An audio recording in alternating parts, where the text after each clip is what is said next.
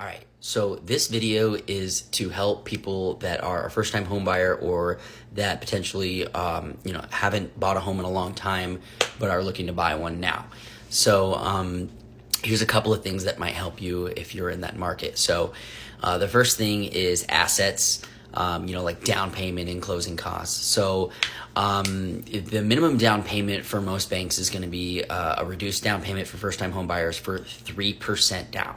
If you're not a first-time home buyer, it's probably going to be 5% down, but 3% of whatever the purchase price is. And then there's closing costs, of course, that you have to consider, which usually come out to about $6,000 or $7,000, sometimes $8,000 or more, depending on your state and county. So you have to account for that. You want that all in your checking, savings, maybe 401k before you to go, apply for a home. So that's very important. Now, there also is no down payment programs. However, those loans are structured differently and only cater to a certain, community. You have to make under a certain amount of income, stuff like that. And the structure of the loan may not be as appealing, or maybe you have to go for an FHA loan or something like that. But those are like more so like no down payment programs, and the home, this loan is structured a little bit differently.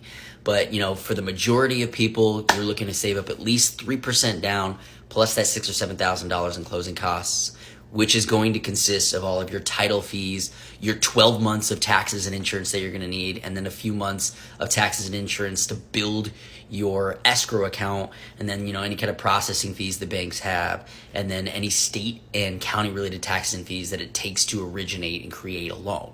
So that's very important. And then also a lot of banks require a minimum credit score of 620. That's the majority of banks usually.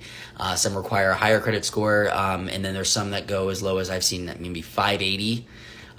So that's credit score, very important. And then also know that, mortgage credit scores are a little bit different than actual credit scores you see on like Credit Karma and online facilities, because it uses like FICO 2, 3, and 5, I believe. So it's going to be usually way different than what you think it is going to be on like Credit Karma or something like that. So yeah, you want to shoot for like a minimum 620 credit score to qualify for usually, a conventional loan or things of that nature. And the last thing is going to be a debt to income ratio. Most banks are going to require you to be ideally under 45%. If other things are sketchy, like your credit and stuff like that, maybe they require under, a lower percentage. But I can tell you right now, most banks under 45% would be ideal for a debt to income. Sometimes they'll let you slide with under 50%. So I hope that information helped. If you have any questions, please put them in the comments. I'll be here to answer them. And yeah, have a great day.